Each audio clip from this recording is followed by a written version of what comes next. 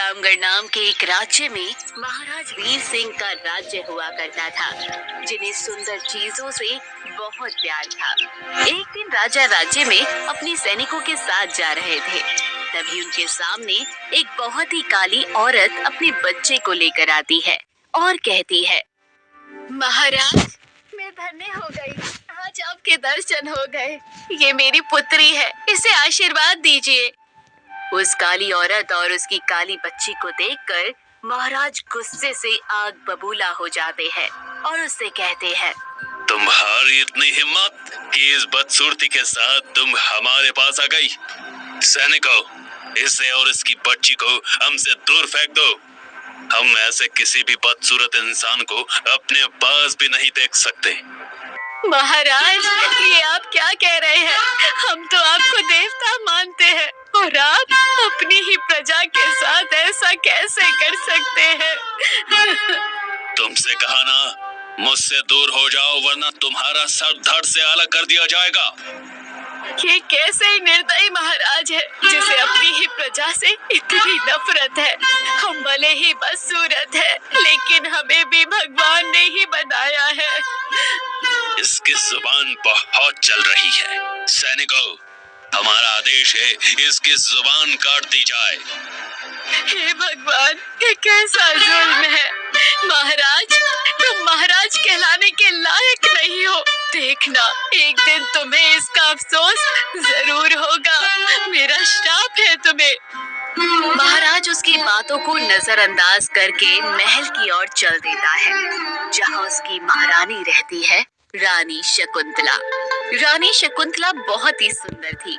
उनकी खूबसूरती के चर्चे दूर दूर तक थे और महाराज भी उनसे बहुत प्रेम करते थे।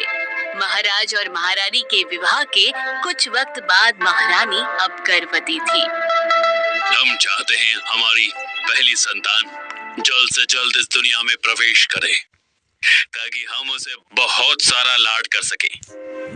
आप चिंता मत कीजिए महाराज, अब बस कुछ ही दिन शेष बचे हैं। लेकिन हमें ये बताइए, आपको अपनी पहली संतान किस रूप में चाहिए, पुत्र या पुत्री? हमें हमारी पहली संतान के रूप में अपनी माँ की तरह एक सुंदर पुत्री चाहिए। आपने हमारे मन की बात छीन ली। हमें भी पहली संतान के रूप में एक पुत्री ही चाहिए। जी हमारी प्यारी रानी, आपको तो मालूम है कि हमें हर सुंदर चीज से प्रेम है। हम अपने आसपास एक भी बदसूरत चीज पसंद नहीं करते। तभी तो हमने दुनिया की सबसे सुंदर राजकुमारी से विवाह किया है। लेकिन महाराज, हमारा मानना है, इंसान सुंदर हो या बदसूरत हो, भगवान के द्वारा ही बनाया गया है। एक ही तो मिट्टी का पुतला है, एक दिन तो सबको जलकर राख ही हो जाना है ना। ओहो, आप हमसे तर्क वितर्क मत किया कीजिए, हम आपकी बातों में उलझ जाते हैं। महाराज वीर को हर सुंदर चीज से प्रेम था। वो किसी भी काले इंसान को अपने आसपास भी आने नहीं देते थे। यहाँ तक कि गलती से कोई उनके पास आ भी जाता तो उसे सख्त से सख्त सजा दी जाती थी। कुछ दिनों के बाद महारानी की तबीयत अचानक बिगड़ जाती है। महाराज, महाराज, हमें बहुत पीड़ा हो रही है। दासी, जल्द ही दाई को बुलाकर लाया जाए। महाराज, आप चिंतित न होए, हम अभी बुलाते हैं। जल्दी से राज्य की एक शाही दाई को बुलाया जाता है और कुछ वक्त बाद महारानी एक पुत्री को जन्म देती है, जिसे लेकर दाई महाराज के पास जाती है। महाराज ने जिस पुत्री को जन्म दिया था, तभी महाराज कहते हैं, पुत्र है या पुत्री? महाराज, पुत्री हुई है। क्या बात है, आप इतनी शांत होकर क्यों बोल रही हैं? सब ठीक है ना? लाओ, हमारी पुत्री का चेहरा हमें दिखाओ। हमें मालूम है ये हमारी महारानी की तरह सुंदर होगी। महाराज, मत देखिए। क्यों न देखूं? क्या बात है, तुम हमसे क्यों? महाराज जैसे ही अपनी पुत्री का चेहरा देखते हैं, वो हैरान रह जाते हैं। उनकी पुत्री रंग में बहुत काली थी, जिसे देख महाराज अपना मुंह फेर लेते हैं और कहते हैं, ये नहीं हो सकता। ये हमारी संतान नहीं है। ये तुम किसकी बेटी को लेकर आई हो? महाराज, ये आप क्या कह रहे हैं? इस लड़की को महारानी ने ही जन्म दिया है। ये आप ही की पुत्री है। नहीं, ये हमारी पुत्री नहीं हो सकती। इतनी काली लड़की हमारा अंश नहीं है। माफ करना महाराज, काला या गोरा जन्म लेना हमारे नहीं, भगवान के हाथ होता है। ये तो बस भगवान की बनाई हुई एक अनोखी रचना है। तुम्हारी इतनी हिम्मत कि हमारे सामने हमसे बहस कर रही हो? सैनिकों, महल से बाहर फेंक दो इस बुढ़िया को और इस बच्ची को जंगल में छोड़ाओ। कोई भी बदसूरत इंसान हमारे महल में हमें नहीं चाहिए। महाराज की तेज आवाज सुनकर महारानी अपने कमरे से बीमार अवस्था में बाहर आती है और कहती है, क्या हुआ? आप सब इतना शोर क्यों मचा रहे हैं? रानी, तुम भूल जाओ कि तुमने किसी बच्चे को जन्म दिया था। ये लड़की हमारे महल में नहीं रह सकती। ये आप क्या कह रहे हैं महाराज? ये हमारी पुत्री है, आपकी और मेरी बेटी। नहीं, एक बदसूरत लड़की हमारी संतान कतई नहीं हो सकती है।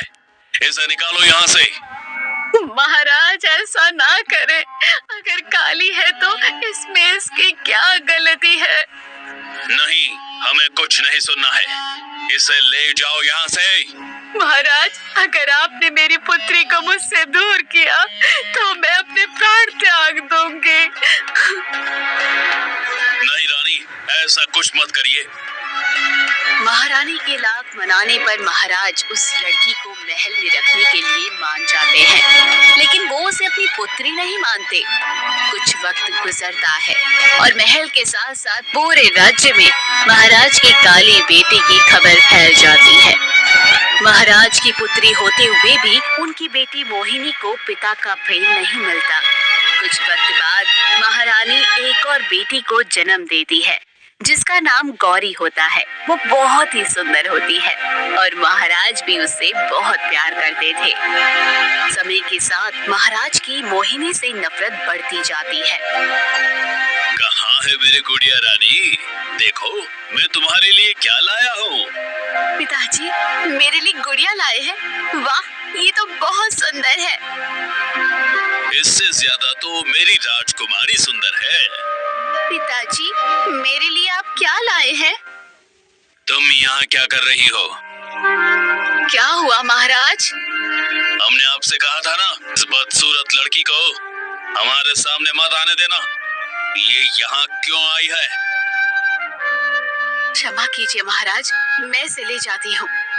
महाराज मोहिनी को देखना बिल्कुल भी पसंद नहीं करते थे, इसलिए ज्यादातर महारानी मोहिनी को अपने साथ अपने कमरे में बंद रखती थी, ताकि किसी भी तरह महाराज के सामने वो आ ना जाए और महाराज गुस्सा ना हो जाए। हमने तुम्हें मना किया था ना पुत्री कि अपने पिताजी के सामने भूल से भी मत जाना, अन्यथा वो क्रोधित हो जाएंगे।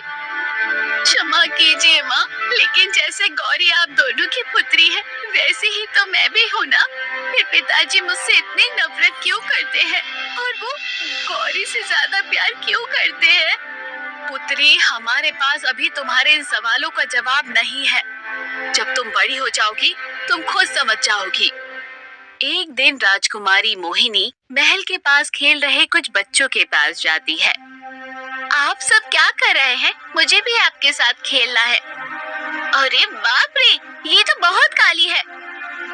अरे तुम्हें पता नहीं, ये महाराज की काली पुत्री है और मैंने सुना है महाराज इससे बात नहीं करते, वो जो भी इससे बात करता है महाराज उसे दंड देते हैं।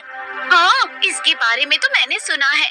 मेरी माँ ने कहा है कि अगर मुझे कहीं भी काली राजकुमारी मिले तो मैं उससे बात ना करूं, वरना महाराज पूरे परिवार को दंड दे देंगे। ये आप सब क्या कह रहे हैं? ऐसा कुछ भी नहीं है। माफ करना राजकुमारी जी, लेकिन हम आपसे बात नहीं कर सकते, ना आपके साथ खेल सकते हैं। हाँ, जल्दी यहाँ से चलो, वरना किसी ने देख लिया तो हम सब की खैर नहीं। नहीं नहीं, मत जाओ, रुको ना तुम सब। सभी बच्चे वहाँ से भाग जाते हैं और राजकुमारी के साथ कोई भी नहीं खेलता। इस बात से राजकुमारी हमेशा परेशान रहती थी। जब तक वो छोटी थी तो अपने ही कमरे में बंद रहती थी, क्योंकि उसे देखते ही महाराज आग बबूला हो जाते थे। अब महाराज की दोनों राजकुमारियां बड़ी हो चुकी थी।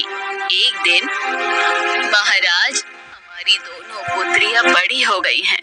हमें उनके विवाह के बारे में कुछ सोचना चाहिए। अब उनकी शादी की उम्र हो गई है। हाँ, आपने सही कहा महारानी। हमारी बेटी अब बड़ी हो गई है। हमें उसका विवाह करने के लिए कोई साहसी राजकुमार ढूंढना होगा। हम जल्द ही आसपास के राज्य में सभी राजकुमारों को स्वयंवर के किया है। भले ही आज तक आपने उसे अपनी पुत्री नहीं माना। क्या राजकुमारी, मोहिनी का विवाह? ये आप कैसा मजाक कर रही है महारानी?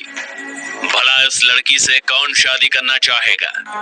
न तो वो सुंदर है और न ही कुशल है, और साथ ही चाहती है कि हम उसका भी स्वयंवर करवाएं, ताकि सबके सामने सभी राजकुमार उसे नापसंद करके हमारी बेइज्जती करें। ये आप क्या कह रहे हैं महाराज? वो आपकी पुत्री है। हम 1000 बार आपको कह चुके हैं कि वो काली लड़की हमारी पुत्री नहीं है, और विवाह होगा लेकिन हमारी पुत्री राजकुमारी गौरी का। समझिए आप? ये सब बातें राजकुमारी मोहिनी दूर से सुन रही थी और रोते हुए अपने कमरे की ओर खिड़की पर खड़ी हो जाती है। भगवान, आपने मुझे ऐसा क्यों बनाया? इसमें मेरी क्या गलती है? मैंने कौन सा पाप किया था जो मुझे सबसे ज्यादा काला रंग मिला? इसकी वजह से मेरे पिताजी मुझसे नफरत करते हैं। राज्य में कोई मुझसे बात नहीं करना पसंद करता। इससे अच्छा तो आप मुझे जन्म के वक्त मृत्यु ही दे देते। तभी खिड़की के पास एक सुंदर सा कबूतर उड़ता हुआ आता है और मोहिनी से कहता है, क्या हुआ प्यारी राजकुमारी? तुम इतनी उदास क्यों हो? क्या ये सत्य है या कोई सपना? तुम एक बोलने वाले पक्षी हो? जी, मेरी प्यारी राजकुमारी, मैं एक बोलने वाला कबूतर हूँ और आपको भी बहुत अच्छे से जानता हूँ। क्या सच में? लेकिन तुम जानते हो कैसे? और तुम कहाँ से आए हो? ओहो, आप कितने प्रश्न करती हैं। मैं यहाँ बस आपकी मदद के लिए आया हूँ। क्या कहा?